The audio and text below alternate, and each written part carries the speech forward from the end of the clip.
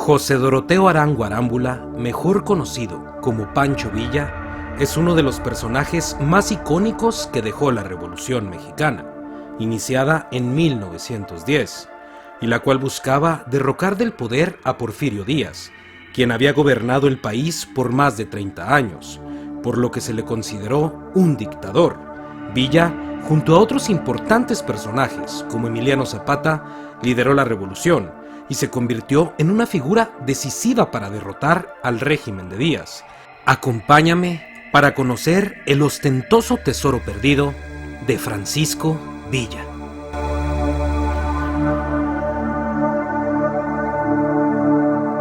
Villa fue conocido en su época por los campesinos mayormente pobres, por sus acciones en contra de los hacendados ricos, a quienes robaba dinero para dárselo a ellos. Fue en 1910 cuando Villa se unió al movimiento maderista y secundó las propuestas de Francisco I. Madero, quien en su Plan de San Luis, proclamado en noviembre de ese año, llamó a la revolución contra el régimen de Porfirio Díaz y prometió a los campesinos que les devolvería las tierras que les habían sido arrebatadas de manera injusta durante la dictadura, la cual se había encargado de reprimir de manera dura a cualquier oposición política. Desde ese momento, Villa se dedicó a reclutar soldados para su ejército en el norte del país y comenzó a demostrar su gran ingenio militar y su gran capacidad estratégica.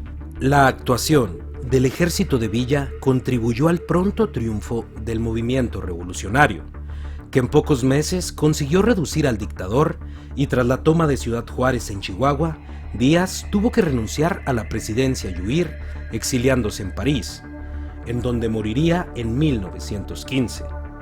Villa fue un personaje muy polémico y en su vida hizo cosas poco conocidas para toda la gente. Se sabe que, por ejemplo, no tomaba alcohol e incluso lo odiaba. En vez de eso, era fanático de las malteadas de fresa. Otro dato poco conocido de Villa es que se casó múltiples veces y tuvo más de 20 hijos. Otro de los datos casi desconocidos del Centauro del Norte, como también era conocido, es un famoso tesoro, que supuestamente fue enterrado en diversos lugares, principalmente en su natal estado de Durango, en Chihuahua y Coahuila. Esta es una de las leyendas que se entretejen alrededor de la figura del caudillo del norte. Dicha leyenda no es del todo infundada, pues se sabe que Villa era asiduo a esconder armas y dinero en los lugares más recónditos de los estados mencionados.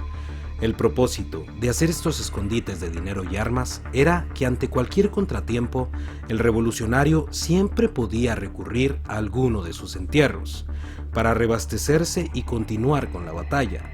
Se cuenta que por su profundo conocimiento de la zona, era de los pocos que podía dar nuevamente en el lugar donde se escondía el dinero y las armas. Sin embargo, también se cuenta que los tesoros enterrados que se dan durante esta época no provienen todos de Villa, pues fue otro fenómeno simultáneo de la revolución el que también los provocó. Y es que las familias adineradas de la época, en su afán de huir de los saqueos realizados por los revolucionarios, también escondían sus pertenencias de mayor valor en sitios inhospechados, como enterrados bajo tierra, en el fondo de pozos de agua, letrinas, en los muros de las haciendas, sótanos, pasadizos subterráneos, barrancas y cuevas. Esto dependía de la imaginación del hacendado y de qué tanto podía cargar, pues generalmente estos ocultamientos los realizaban en persona o acompañados únicamente de sus familiares más cercanos, por el miedo a que alguien los acompañara y la codicia les ganara y terminaran más pobres que sus peones. Por esto, lo más fácil de transportar eran monedas, plata, oro y joyería, pues viajar con cantidades importantes o muy visibles podía significar un riesgo a su seguridad. En muchas de las historias que se cuentan, el tesoro está protegido por un ser sobrenatural. Puede ser por un jinete fantasma, el espíritu de algún soldado revolucionario o el alma en pena de alguna persona que, movido por la avaricia, cometió actos atroces antes de poder disfrutar del dinero encontrado. Esta leyenda es la que más suena entre las que hablan de este tesoro, pero hay una poco conocida que cuenta que el tesoro de Villa es uno de los más cuantiosos del mundo, el cual estaría oculto en algún lugar de los montes de la Sierra Madre Occidental. Este tesoro tendría una cantidad inimaginable de monedas y lingotes de oro y plata, y el cual estaría esperando ser descubierto en cuevas ocultas y profundas.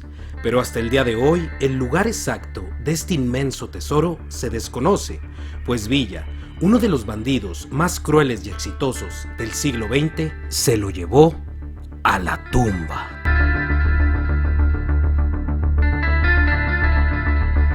Cuando Francisco I. Madero fue asesinado por una conspiración encabezada por Huerta, el 22 de febrero de 1913, los líderes militares del norte, encabezados por el gobernador de Coahuila, Venustiano Carranza, llaman a levantarse contra el usurpador.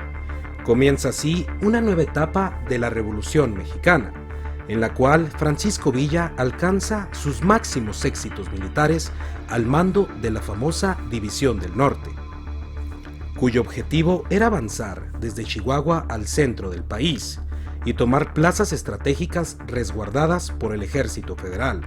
Francisco Villa condujo con éxito los asaltos de Ciudad Juárez, Saltillo, Zacatecas, Chihuahua y Torreón. En 1914, Carranza citó a una convención de las fuerzas revolucionarias para limar asperezas entre ellas, sin lograr su objetivo, pues Villa se apoderó de la Convención de Aguascalientes y rompió relaciones con Carranza. Villa tomó la Ciudad de México a nombre del gobierno de la convención, junto con su aliado Emiliano Zapata, en diciembre de 1914. Carranza recibió apoyo de los estadounidenses en forma de suministro y comercio de armas, para que derrotaran a las de Villa. Tras duras batallas y huidas, que incluyeron su búsqueda durante 11 meses, los 10,000 soldados de la expedición punitiva de Pershing recurrieron a los desiertos del inmenso estado de Chihuahua, quien tuvo éxito dispersando las fuerzas mexicanas que habían atacado a Columbus, pero Pancho Villa desapareció en el extenso territorio mexicano y nunca fue capturado. Mediante una emboscada organizada por la policía secreta, el gobierno mexicano mandó a matar a tiros al famoso bandido. En la tarde del día 20 de julio de 1923, Pancho Villa murió en su coche, perforado por 47 balas de pistola, pero guardó el secreto de su inmenso tesoro escondido en la Sierra Madre, donde en alguna cueva está aún esperando que alguien la descubra. Existe un libro de bolsillo que apareció en México entre 1960 y 1968, titulado Habla una espía rusa, con información detallada sobre cómo los alemanes financiaron las campañas de Villa y le proporcionaron las armas para tener entretenidos a los estadounidenses, mientras ellos intentaban ganar la Primera Guerra Mundial en Europa. Entretanto, Pancho Villa ya se había convertido en un héroe de los grandes titulares, ya que el exesclavo, con su brillante carrera de bandido, se parecía a un Robin Hood, quien solía saquear a los palacios de los ricos y repartir el botín entre los pobres. El pueblo lo adoraba y esperaba con ansias el repartimiento de los bienes robados de otros. Pero Pancho Villa nunca repartió el botín entero entre los pobres. Siempre salvó la mayor parte para sí mismo y sus seguidores más fieles. Así que pronto surgió el problema de buscar un escondite seguro para guardar todas las riquezas acumuladas. Pancho Villa elaboró el siguiente procedimiento. En cada ciudad saqueada, mandó dejar con vida entre 8 y 10 policías, que tuvieran que cargar las mulas con el botín. Vigilados por Villa mismo, después de subir a su caballo, dirigió aquella extraña caravana, el caudillo a caballo, los policías cautivos a pie y las mulas cargadas de los tesoros. Nadie sabía a dónde iba a guiarlos el bandido carismático. Lo único cierto era que Pancho Villa estaba buscando el escondite ideal para el botín, y después de haberlo encontrado en alguna parte de la montaña, mandó a sus cautivos a descargar las mulas y esconder los tesoros. Luego, cada uno de los policías cautivos tuvo que excavar un foso de unos 2 metros de largo y de aproximadamente 1 metro de profundidad. Pancho Villa, el pistolero inclemente, los mata a tiros, uno después de otro, y sus cuerpos cayeron en las sepulturas antes excavadas por ellos mismos. No hubo testigos de esos asesinatos ni consabidores que podrían haber encontrado el lugar del tesoro escondido. Tan solo una vez el famoso bandido llegó a estar en apuros. Considerando nulo y ridículo el precipitado reconocimiento diplomático del nuevo gobierno mexicano por parte de los Estados Unidos, planificó una incursión hostil a territorio estadounidense y un saqueo de la ciudad de Columbus, situado al otro lado de la frontera en Nuevo México. En una noche de marzo del año 1916, Villa y sus seguidores saquearon la ciudad, secuestraron las mujeres y robaron los caballos y las armas de la tropa estadounidense. Después de ese desafío, el general John J. Pershing persiguió a Pancho Villa durante 11 meses, aunque sin éxito. Unos años después se tranquilizó la situación política en México, y una vez pasadas 2 de las frecuentes revoluciones, el presidente Adolfo de la Huerta consiguió cierta estabilidad, pero no logró aprisionar a Villa y tampoco vencer a sus seguidores en batalla abierta, así que al final le propuso el siguiente acuerdo al bandido invencible. Adolfo de la Huerta le ofreció la provincia de Durango y una pensión anual de unos 5 millones de pesos, entonces $2.500.000. Pancho Villa estuvo contento e hizo las paces con el gobierno mexicano. Se retiró a su hacienda y disolvió su ejército personal. Desde entonces comenzó sistemáticamente a redescubrir y sacar sus tesoros de los diversos escondites para juntarlo todo en una cueva oculta en la Sierra Madre. Solo se sabía que Villa hacía excursiones solitarias a la montaña, a veces durante varios días. A fines del siglo XX, una india octogenaria que peleó al lado de Pancho Villa y que se había expatriado a Estados Unidos, reveló que en su lecho de muerte, el Centauro del Norte mandó que sus hombres enterraran su tesoro en las faldas de un cerro cercano a Parral, Chihuahua. El tesoro consistía en 122 lingotes de plata de las minas, $500,000 de oro en monedas de oro blanco minero de Chihuahua y muchos millones más en joyas. Productos de saqueos a casas de ricachones explotadores. Todavía está enterrado allí, dijo la anciana, ya que los hombres que enterraron el botín murieron en combate. Todo está en bolsas de cuero. La anciana murió sin revelar el sitio exacto del entierro, por temor a la venganza del espíritu del guerrillero. En México no se reconoció esta revelación hasta años después, pero en Estados Unidos causó una gran sensación. Muchos aventureros gringos llegaron a Parral en busca del fabuloso tesoro.